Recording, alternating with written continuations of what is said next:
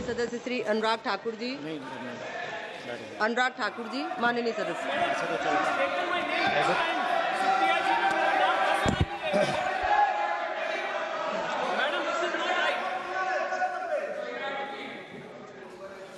आदरणीय सभापति जी,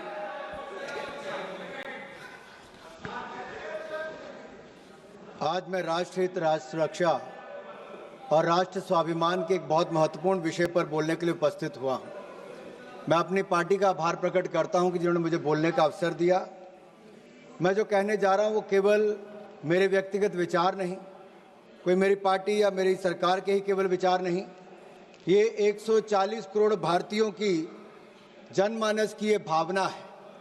सबसे पहले तो हम भारतीय सेना के वीर सैनिकों के वीरता, पराक्रम और उनके अदम्य साहस को सैल्यूट करते हैं पूरे सदन की ओर से। यही नहीं, भारत ने लगातार, माननीय प्रधानमंत्री मोदी जी ने हर बार शांति का प्रयास और शांति का हाथ बढ़ाया, लेकिन पाकिस्तान ने हर बार आतंक का रास्ता अपनाया। 2014 में भी ओथ लेते समय पाकिस्तान के प्रधानमंत्री को भी निमंत्रण दिया था। उसके बाद भी माननीय प्रधानमंत्री जी लाहौर गए, बगैर किसी सुरक्षा के गए, साहस और सही इरादों के साथ शांति के लिए गए थे। लेकिन बदले में क्या मिला? बार बार आतंकी हमले। और जो 22 अप्रैल 2025 को पहलगाम में हुआ,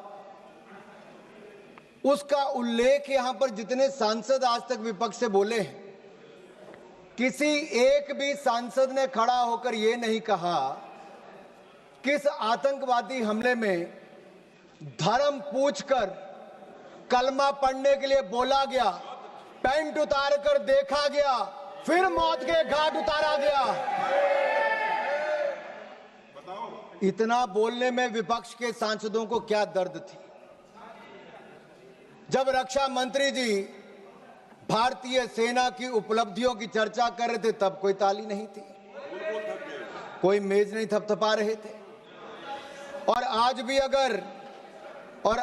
अगर मैं कहूं कि निहत्थे और निर्दोष नागरिकों को धर्म पूछकर मारने का अगर पहली बार ऐसा काम हुआ है, उन्होंने धर्म के नाम पर देश को बांटने का, देश में दंगे फैलाने की सोच को लेकर चले, लेकिन नरेंद्र मोदी जी के नेतृत्व में 140 करोड़ भारतीय एकजुट होकर खड़े रहे। पूरा भारत एक साथ खड़ा रहा। उस शाम भारत के घरों में दिए नहीं जले, यहां तक कि रात में घरों का चूल्हा भी ठंडा पड़ा रहा। इन लश्करे आतंकियों ने हमारी बहनों के सिंदूर को मिटाया है। हमारे देश, हमारे लोकतंत्र, 140 करोड़ भारतीयों को चुनौती दी। हमारी सशक्त सरकार और हमारी सशक्त सेना को एक तरह से चुनौती देने का दुस्साहस किया। प्रधानमंत्री मोदी जी ने कहा था कि भारत पहलगाम के साजिशकर्ताओं को उनकी कल्पना से परे सजा देगा। और ऑपरेशन सिंदूर में हमने देखा कि भारतीय सेना की जो शक्ति है, एकता और संकल्प एक प्रतीक बन चुका है। यह शक्ति आतंक के साए को कुचलकर भारत के गौरव को विश्व पटल पर उजागर कर रही है। मैं इतना कहूंगा माननीय सभापति जी, कुछ बात है कि हस्ती मिटती नहीं हमारी, सदियों रहा दुश्मन दौरे जमाना हमारा। और 7 मई को हमने इन दुश्मनों को जवाब देते हुए भारतीय सेना ने पाकिस्तान के अंदर आतंकी ठिकानों पर अचूक और निर्णायक प्रहार किया, और ऐसा प्रहार किया कि जिसका दर्द आज तक पाकिस्तान को हो रहा है। 25 मिनट में 9 आतंकी ठिकानों पर 24 ठीक प्रहार करके हमारी सेना ने 100 से अधिक आतंकियों और आतंकी ठिकानों को ध्वस्त करने का काम किया। एक ही झटके में जमींदोज करने का काम किया। यह भारत की त्रिशक्ति जल, थल, नभ का एक संगम था। हमने विश्व को साफ शब्दों में बता दिया कि भारत के विरुद्ध अगर कोई आतंकवाद की किसी घटना को अंजाम देगा तो हमला भारत पर हमला माना जाएगा, भारत के खिलाफ युद्ध माना जाएगा, और भारत इसे अपने तरीके से निपटेगा, और इसका करारा जवाब भी देखा। जो आंख उठाकर देखेगा उसको ऐसी दर्द दी जाएगी कि उसकी आने वाली पीढ़ियों को भी दर्द महसूस होती रहेगी। ये भारत का आतंकवाद के विरुद्ध शंखनाद था। ये अब भारत, मैं स्पष्ट करना चाहता हूं, भारत डोजियर नहीं, डोज देगा। अब भारत सबूत नहीं, आतंकी आकाओं को ताबूत भेजेगा। ये नया भारत है और ये नए भारत का, this is the new normal of new India. This is PM Modi's zero tolerance policy towards terrorism. जब दूसरे दिन पाकिस्तान ने भारतीय सेना और हमारे सिविलियन ठिकानों पर हमला करने का प्रयास किया तो हमारी भारतीय सेना ने एक बार फिर पाकिस्तान के 11 एयरबेस पर हमला करते हुए उसको नेस्तनाबूद कर दिया। This was a strike on the 11 Pakistan air bases and it made it the graveyard of military defeat of Pakistan. मौका मिले तो आप अपने पड़ोसी मुल्क पाकिस्तान से पूछ लें कि भारतीय मिसाइलों ने कैसा कहर ढाया था। 2.5 महीने बाद भी रहीम खान एयरबेस पर आज बैलगाड़ी चलाने लायक भी नहीं बचे।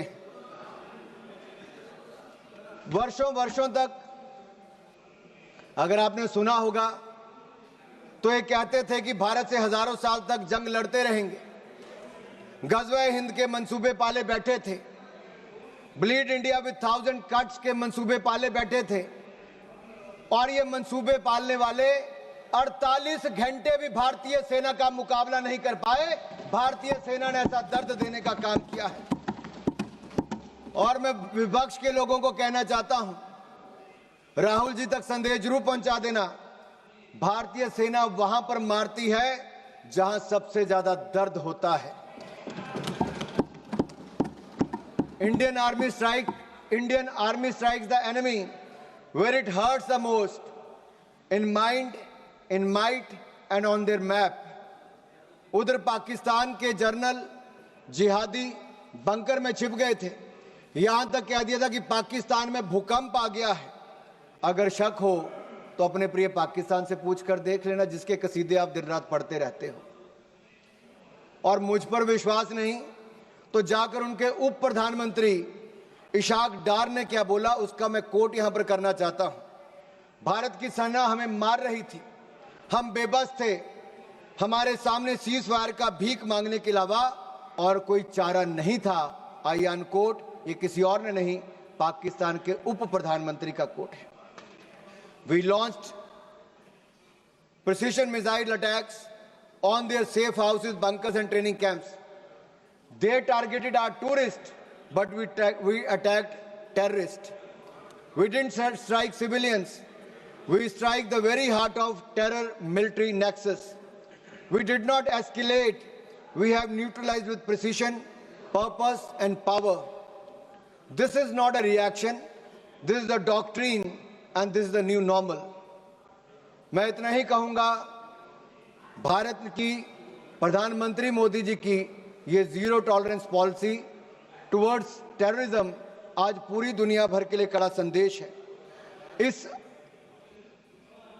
भारतीय सेना के हमलों में लश्कर तैयबा हो, जैश ए मोहम्मद हो, हिजबुल मुजाहिदीन हो, इनके ट्रेनिंग सेंटर पर कड़ा प्रहार किया गया। यहां तक कि पाकिस्तान की जो हवाई सुरक्षा है, लाहौर, पसरूर, चुनिया, अफरीवाला के HQM missile service radar station नष्ट कर दिए गए। वायुसेना अड्डे चकलाला में हो, सरगोदा, रहीम यार खान, कराची, भोलाई वायुसेना अड्डों को नुकसान किया गया। लड़ाकू और अवकाश विमान नष्ट कर दिए गए। C2 प्रणाली को नुकसान किया गया। वायु रक्षा समन्वय को पंगु बनाया गया। 9 आतंकी, जिसमें जैश ए मोहम्मद से लेकर लश्कर के ठिकानों को तबाह किया गया। हमने 26/11 के हमले में जो कांग्रेस इंतजार करती रही कि शायद दुनिया की कोई और ताकत आपको परमिशन देगी, we will not wait for the permission, we will strike with precision. हमने किसी का इंतजार नहीं किया, हमने आतंकवादियों को उनके घर में घुसकर मारा है, चाहे वो एयर स्ट्राइक की बात हो, सर्जिकल स्ट्राइक की बात हो या ऑपरेशन सिंदूर की बात हो। यही नहीं, इन अटैक्स में हमने पाकिस्तान एयरफोर्स का लगभग 20% इंफ्रास्ट्रक्चर ध्वस्त कर दिया है। 11 एयरफोर्स को हमने मात्र 3 घंटे में नेस्तनाबूद कर दिया। पहली बार है कि दुनिया के किसी न्यूक्लियर कंट्री के एयरफोर्स के कैंप्स को नष्ट करने का काम किया तो भारतीय सेना ने वो भी करके दिखाया है। यही नहीं, 26/11 के हमले में जिस स्थान से उन आतंकवादियों को ट्रेनिंग दी जाती थी, उन आतंकवादी ठिकानों को भी हमने ध्वस्त किया। मोस्ट वांटेड टेररिस्ट को भी हमने मारा और उनके आकाओं को भी मौत के घाट उतारने का काम किया तो भारतीय सेना ने किया। केवल आतंकियों को ही नहीं, पाक भोलारी एयरबेस में 50 से ज्यादा लोग मारे गए, जिसमें पाकिस्तान स्क्वाड्रन लीडर उस्मान यूसुफ को भी और 4 एयरमैन को भी मौत के घाट उतारने का काम भारतीय सेना ने किया। यही नहीं, आपने तो उदार दिल दिखाकर इंडस वाटर ट्रीटी कर ली थी, जो पाकिस्तान के 4 लाख एकड़ जमीन को सींचता है। भारत का 80% पानी वहां पर चला जाता है। 23 करोड़ पाकिस्तानियों को पानी के पीने की व्यवस्था वहां से मिलती है। लेकिन मोदी जी ने कहा कि water and blood can't flow together, terror and talk can't go together, और हमने इंडस वाटर ट्रीटी को सस्पेंड कर दिया है। जो आप इतने सालों तक नहीं कर पाए, वो नरेंद्र मोदी की सरकार ने, नरेंद्र मोदी जी ने करके दिखाया है। यही नहीं, ऑपरेशन सिंदूर में विश्व ने भारतीय सेना का शौर्य देखा और हथियारों की मारक क्षमता को भी देखा है। Made in India weapons have one battlefield validation and India has displayed its cutting edge defense technology to the world. हमारी मारक क्षमता और टेक्नोलॉजिकल सुपीरियरिटी ने पाकिस्तान और चीन सहित अन्य देशों को, आप में से कुछ विपक्ष के सांसदों ने कहा कि दूसरी तरफ चीन भी था, टर्की भी था, पाकिस्तान भी था। अरे ये स्पष्ट उदाहरण है आप सबके लिए, चाहे चीन था, टर्की था, पाकिस्तान था, अकेला भारत और भारतीय सेना तीनों पर भारी पड़ी है। यह दिखता है भारतीय मेक इन इंडिया प्रोडक्ट्स भी कैसे भारी पड़े हैं। और यही नहीं, मैं आज कहूंगा कि India's operation during operation Sindoor reflects 21st century evolution of aerial decoys and psychological dominance. This is just not warcraft, it is Minecraft. India has displayed a textbook case of aerial combat. इस कार्रवाई को सैन्य इतिहास में text book precision warfare कह रही है। Thailand air force university इसे सैन्य रणनीति की टेक्स्ट बुक में शामिल करने की बात कह रही है। दुनिया इसे text book counter terrorism doctrine के रूप में देख रही है। और एक ऑपरेशन सिंदूर से आज दुनिया भर में पता चल गया कि भारत की ताकत क्या है और जो आज के वॉरफेयर में भारत की नई टेक्नोलॉजी ने कैसे काम किया है। आप पूछ रहे थे पिछले 10 सालों में क्या हुआ। दीपेंद्र हुड्डा जी कह रहे थे कि भारतीय सेना के बजट को क्या हुआ डिफेंस के। माननीय निर्मला सीतारमण जी यहां पर है, रक्षा मंत्री जी हैं, पूर्व रक्षा मंत्री भी हैं, आज वित्त मंत्री हैं, राजनाथ जी हैं, रक्षा मंत्री हैं। मोदी सरकार में 2.5 लाख करोड़, आपके समय 2013-14 में डिफेंस बजट था, 2.5 लाख करोड़ से बढ़कर 6,22,000 करोड़ रुपया बजट कर दिया है। अरे आप 6,81,000 करोड़ रुपया बजट कर दिया है, दुगने से ज्यादा कर दिया, 3 गुना कर दिया है। और आप अपने गिरेबान में झांक कर देखिए, 10 साल आपने सेना को बुलेट प्रूफ जैकेट तक नहीं दी। नरेंद्र मोदी जी की सरकार में मात्र 3 सालों में 2 lakh bullet proof jacket make in India बनाकर हमने दी है। आपने 10 सालों में नहीं, 30 सालों में आपने 1 रैंक 1 पेंशन नहीं दिया। नरेंद्र मोदी जी की सरकार ने 1 रैंक पेंशन की मांग को भी पूरा किया है। और यही नहीं, मैं आपको बताना चाहता हूं, अटल जी की सरकार में देखिए, आपके समय 48 में, 62 में, 65 में, 71 की लड़ाइयां हुई, लेकिन सेना के जवानों का पार्थिव शरीर उनके घरों तक नहीं जाता था। अटल बिहारी वाजपेयी जी की सरकार बनी, तब जाकर पार्थिव शरीरों को उनके घर तक पहुंचाने का काम किया। तो अटल बिहारी वाजपेयी की सरकार ने, भारतीय जनता पार्टी की सरकार ने किया। और धर्मेंद्र जी, मैं इतना जरूर कह दूं, अरे मैं तो हिमाचल प्रदेश से आता हूं।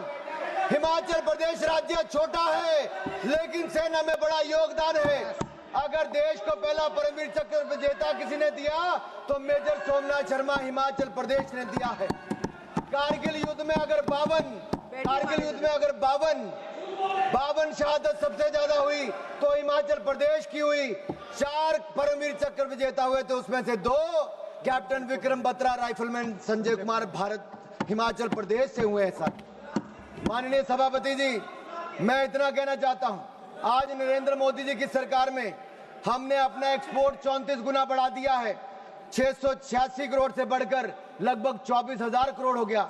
हमारी defence manufacturing, defence production 1 lakh crore एक साल की पार कर गई और 193 हमने नए कॉन्ट्रैक्ट 2,09,050 करोड़ के एक साल में करके दिखाए और 100 देशों को डिफेंस प्रोडक्ट भारत देने का काम करने जा रहे। यही नहीं, लेकिन आपको डर तो होगा ही, क्योंकि जब मैं आपके सवाल खड़ा कर रहा हूं तो आपके पास उसका कोई जवाब नहीं है। मैं आपसे इतना जरूर पूछना चाहता हूं कि आखिरकार जब सेना की और सैन्य क्षेत्र में हमारे उपलब्धि की बात आती है तो आपके होंठ सिल क्यों जाते, उनकी तारीफ करते हो। कितने युद्ध देश ने देखे, लेकिन इस लड़ाई में मैं कहना चाहता हूं, भारत ने ना एक सैनिक खोया है, ना एक सैनिक शहीद हुआ, ना युद्ध हुआ, लेकिन फिर भी हमारी विजय हुई, शोर भी नहीं हुआ, सिंहनाद की गूंज उठी है। ये भारत ने करके दिखाया है। मोदी जी की नीति और सेना की रणनीति काम आई है। प्रधानमंत्री मोदी जी के बारे में ये कहूंगा, जब वो मुख्यमंत्री भी नहीं थे, उस समय हिमाचल के प्रभारी थे। कारगिल के युद्ध में वो उस समय भी सेना के जवानों का हाल पूछने कारगिल गए थे, और जब से वो प्रधानमंत्री बने हैं, हर दिवाली सेना के जवानों के साथ मनाने का काम प्रधानमंत्री मोदी ने किया है। सेना को सशक्त भी किया। और मैं एक बात कहूंगा, एक और भारत की सेना पाकिस्तान को कड़ा जवाब दे रही थी, लेकिन दूसरी ओर आप लोग क्या कर रहे थे? राहुल गांधी जी क्या कर रहे थे? सबूत मांग रहे थे और साथ ही साथ कवर फायर भी दे रहे थे। कवर फायर किसको दे रहे थे, ये आपको पूछना पड़ेगा। आपने कहा कि हमने सरेंडर कर दिया। हमने स्पष्ट किया है कि जब तक हमने ऑपरेशनल और मिलिट्री ऑब्जेक्टिव पूरा नहीं किया, तब तक हमने सीजफायर नहीं किया था, और तीसरे पक्ष की मध्यस्थता को हमने पहले नकार दिया था। और यही नहीं, एक बात तो मैं आपको स्पष्ट कर देना चाहता हूं, आज भारत का दूसरा सबसे लंबे समय तक प्रधानमंत्री के पद पर रहने वाला कोई व्यक्ति है तो उनका नाम नरेंद्र मोदी है। 2001 से लेकर 2025 तक, मुख्यमंत्री से लेकर प्रधानमंत्री तक 25 साल में एक दिन की भी छुट्टी लिए बिना देश के लिए हर पल जीने का काम करने वाले नरेंद्र मोदी हैं। आपने भारत की सेना पर प्रश्न चिन्ह खड़ा किया है।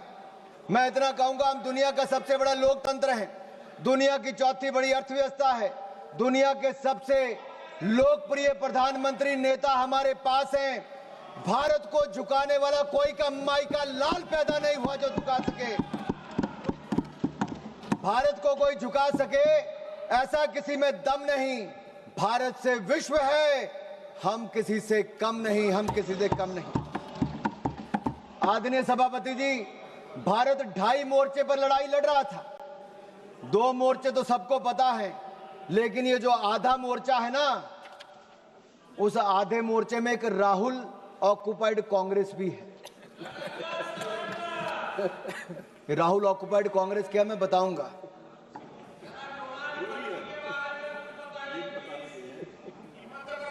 आप पिछले 2.5 महीनों में सोशल मीडिया में देखिए, बड़े संयोजित तरीके से राहुल ऑक्युपाइड कांग्रेस ने भारतीय सेना, भारत के प्रधानमंत्री के खिलाफ घृणा से भरे अपमानजनक कार्टून बनाए।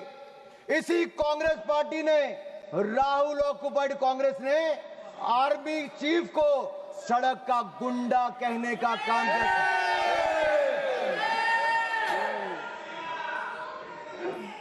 अभी भी हंसते हैं अरे राहुल गांधी जी को सदन में खड़े होकर शर्म से माफी मांगनी चाहिए, पूरे देश से, भारतीय सेना से माफी मांगनी चाहिए। आप आर्मी चीफ को सड़क का गुंडा कहते हो और बाटला हाउस कांड में शहीद होने वाले इंस्पेक्टर मोहनचंद शर्मा को आप श्रद्धांजलि तक नहीं दे पाए, लेकिन आपकी पूर्व राष्ट्रीय अध्यक्ष आतंकवादियों के मरने पे आंसू बहाने वहां चली गई थी। यह कांग्रेस है जो भारतीय सेना के साथ नहीं, उसके खिलाफ हथियार उठाने वाले आतंकवादियों के लिए आंसू बहाती है। देश ने आपका असली चेहरा देखा है। इससे बड़ा पाप और क्या हो सकता है कि आपने भारत को अपमानित और पराजित करने वाले राष्ट्र साबित करने में कोई कसर नहीं छोड़ी। आपने देश की जनता का मनोबल तोड़ने का कार्य किया, कोई कोर कसर आपने बाकी नहीं छोड़ी। और सुनिए मणिकम टैगोर जी, इतिहास नरेंद्र मोदी जी को उनके धैर्य और धीरता के लिए याद रखेगा, और राहुल ऑक्युपाइड कांग्रेस को उनके धोखे और धूर्तता के लिए धिक्कारेगा, धोखे और धूर्तता के लिए धिक्कारेगा।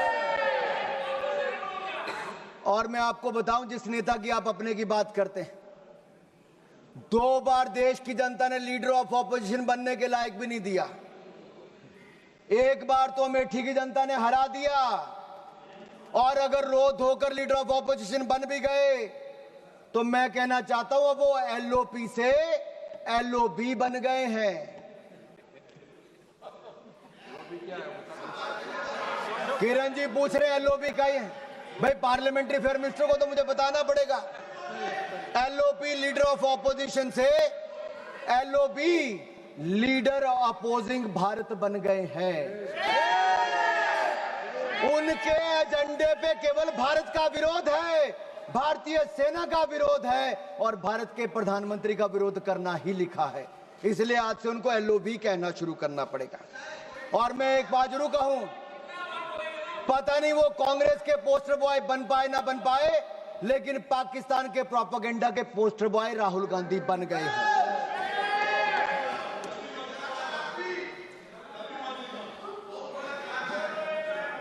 आपकी दुआ स्वीकार हो। अब माननीय सभापति जी, आज सदन ने ऑपरेशन सिंदूर पर चर्चा करनी थी, लेकिन कांग्रेस के नेताओं में होड़ लगी थी कि कौन पाकिस्तान का सबसे सगा, सबसे प्रिय उभर कर सामने आए। और एक पूर्व गृह मंत्री ने जो कल इंटरव्यू दिया, उस इंटरव्यू में साफ देखने को मिलता है, वो कहते अगर पाकिस्तान का हाथ इसमें नहीं दिखता है तो आप कैसे कहते हो कि पाकिस्तान से टेररिस्ट आए थे। ये लोग कभी हिंदू आतंकवाद कहते हैं, कभी पाकिस्तान को बचाने के लिए आते हैं। कांग्रेस पार्टी में पाकिस्तान के इतने बड़े बड़े एडवोकेट आज हैं कि पाकिस्तान अपनी पैरवी बाद में करता है, कांग्रेस के नेता उनकी पैरवी करने के लिए पहले खड़े हो जाते हैं। और मैं इतना जरूर कहूंगा, पाकिस्तान सेना और पाकिस्तान सरकार लश्कर राहुल के बयानों को अपने पक्ष में इस्तेमाल कर रही है। पाकिस्तान सेना और पाकिस्तान सरकार लश्कर राहुल के बयानों को अपने पक्ष में इस्तेमाल कर रही है। और यही नहीं, पाकिस्तान सेना के प्रोपेगेंडा वीडियो में कांग्रेस पार्टी के राष्ट्रीय अध्यक्ष, उनके बयान को लेकर पूरी दुनिया भर में दिखाया जा रहा है। मुझे पहले लगता था इनको दिक्कत मोदी जी से है, लेकिन अब मुझे पूर्ण विश्वास है इनकी दिक्कत मातृभूमि से भी है। और कहने को तो आईएनसी है, लेकिन आईएनसी अब इनके बयानों और इनके तरीकों से यही लगता है ये अब कहीं इस्लामाबाद नेशनल कांग्रेस बन गई है। क्योंकि पाकिस्तान द्वारा फैलाए गए झूठे नैरेटिव और आड़ के पीछे आप रुक रहे हैं। कांग्रेस आइडिया ऑफ डिप्लोमेसी यही रहा, माननीय सभापति जी। और मैं जो कह रहा हूं मैं उसको ऑथेंटिकेट करने के लिए तैयार हूं। कांग्रेस आइडिया ऑफ डिप्लोमेसी क्या था? इनका केवल डोजियर तैयार करने का था, डिनर खिलाने का था, डिसीजन करने का नहीं था। नहीं तो 26/11 के हमले के बाद ये लोग 26/11 हमले के बाद ये शायद कुछ कार्रवाई करते, उन्होंने कुछ नहीं किया। ये पाकिस्तान को उनकी भाषा में जवाब देते लेकिन नहीं दिया। राहुल गांधी जी क्या करते रहे, मैं आपसे पूछना चाहता हूं, मैं पूछता हूं आपसे, पूरे ऑपरेशन सिंदूर में श्रीमान राहुल गांधी जी का सबसे ज्यादा रुचि ये जानने में थी कि भारत के कितने विमान मार गिराए। उनका एक बयान भी ऐसा नहीं है जहां उन्होंने जानने की कभी कोशिश की हो कि हमारी सेना ने, हमारी वायुसेना ने पाकिस्तान में कितनी तबाही मचाई है, पाकिस्तान के कितने आतंकवादियों को मार दिया है, पाकिस्तान के कितने आतंकवादी ठिकानों को तबाह किया है, उनके कितने डिफेंस सिस्टम को खत्म किया है, उनके कितने एयरबेस उड़ाए हैं, पाकिस्तान को कितनी हानि पहुंचाई है। इसमें राहुल जी का कोई इंटरेस्ट नहीं था, मात्र इंटरेस्ट था भारत के कितने विमान गिराए गए। आखिर ये जानकारी वो किससे साझा करना चाहते थे? जिनके हाथ रक्षा दलाली में रंगे रहे हों, अब किसके लिए दलाली करना चाहते हैं ये मुझे पता नहीं। और मैं तो इतना ही कहूंगा, जुबान पर पाकिस्तान, दिलों में साजिश पलती है। ऐसे लोगों की वजह से ही तो चिताएं जलती हैं। देश को लूटकर जो अपने महल बनाते हैं वो इतिहास में गद्दार कहलाते हैं, गद्दार कहलाते हैं।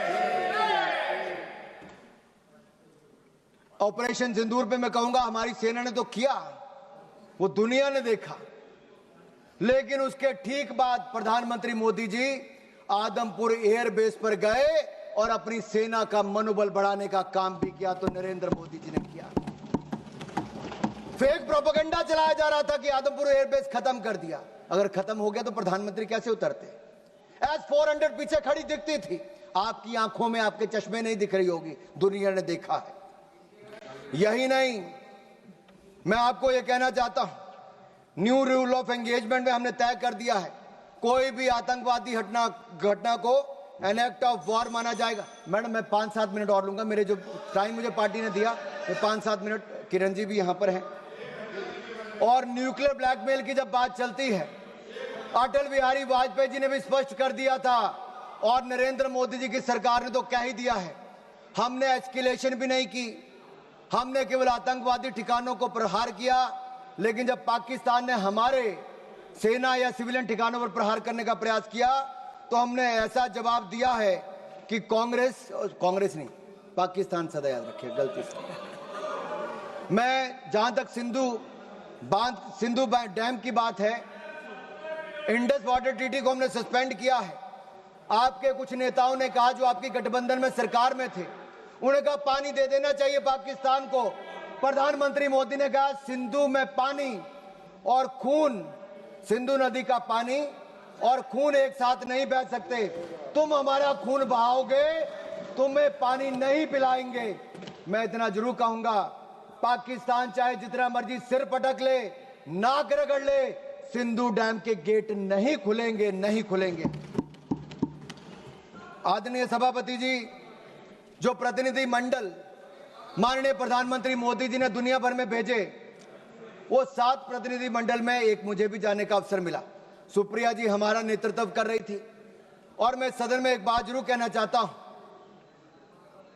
ये जो प्रतिनिधि मंडल थे, ये किसी दल या किसी विचारधारा का प्रतिनिधित्व नहीं कर रहे थे, हम राष्ट्र का प्रतिनिधित्व कर रहे थे।